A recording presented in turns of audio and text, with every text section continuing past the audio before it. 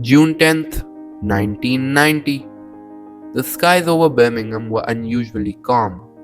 The early morning haze hadn't yet cleared, but inside the cockpit of a British Airways BAC 111, the crew of Flight 5390 prepared for what should have been a routine 2.5-hour hop to sunny Malaga, Spain.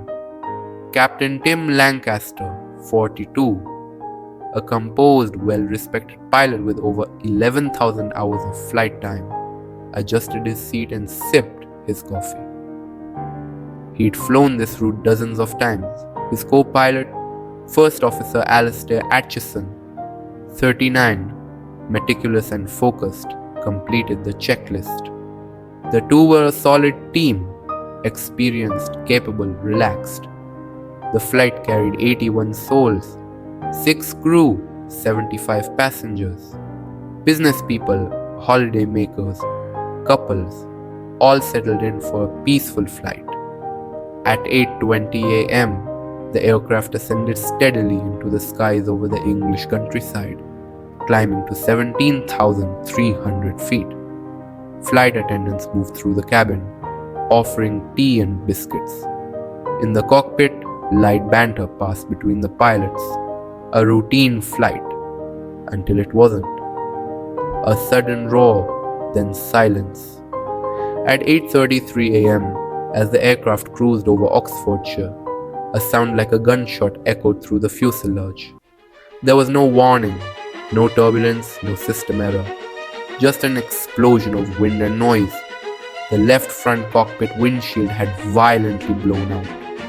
Captain Lancaster, who had unbuckled his harness just moments earlier, was instantly sucked out through the hole, halfway into the open sky.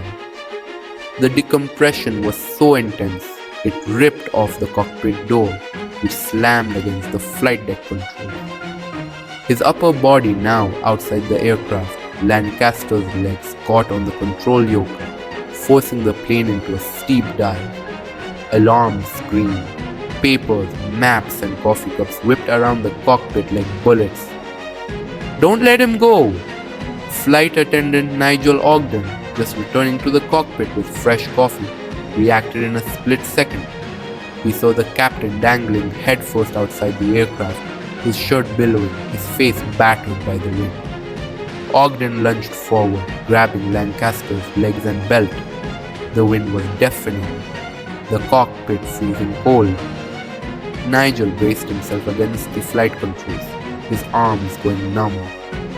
"I thought he was dead," Ogden would later say. His face was blue, his eyes wide, his body flapping like a rag doll. But I wasn't going to let go.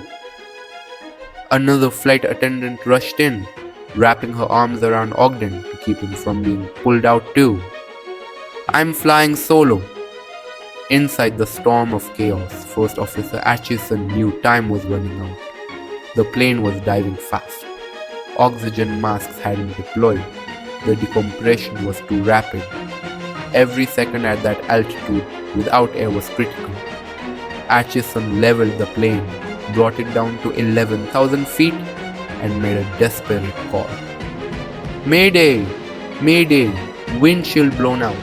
Captain is out of the aircraft. I believe he's dead." But he didn't panic. He didn't scream.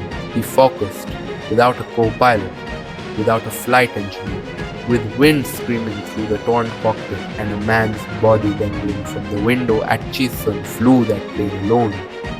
"He's still alive." 20 minutes into the ordeal, something miraculous happened. Lancaster moved. The crew couldn't believe it. He was still alive, still clinging to the edge of consciousness. His body bruised, battered, and frostbitten, but breathing. Ogden, his arms locked like iron, shouted back, "He's not dead!" The landing. After descending to breathable altitude, Atchison diverted the aircraft to Southampton Airport. He guided the plane down with incredible control, touching down smoothly at 8:55 a.m. Emergency crews raced to the aircraft. Paramedics climbed into the cockpit expecting to recover a body. Instead, they found Captain Lancaster still breathing, his pulse weak but present. He was carefully removed and rushed to hospital. His injuries included a broken arm, frostbite, severe bruising shock, and oxygen deprivation. But against all odds, he survived. The aftermath. All 81 people on board survived. Not a single life lost. An investigation found that the windshield had been improperly installed. 84 of the 90 bolts used were too small. The maintenance engineer had replaced the windshield by eye, without proper manuals or measurements. Captain Lancaster returned to flying just 5 months later. First Officer Atchison and the flight attendants were awarded medals for extraordinary bravery and composure. Legacy Flight 5390 is now studied around the world as a case study in human endurance, quick thinking, and teamwork under pressure. The crew didn't just save the plane, they pulled off the impossible. From that day forward, the aviation industry changed. How windshields were maintained, inspected, and installed. The price of survival was high, but invaluable.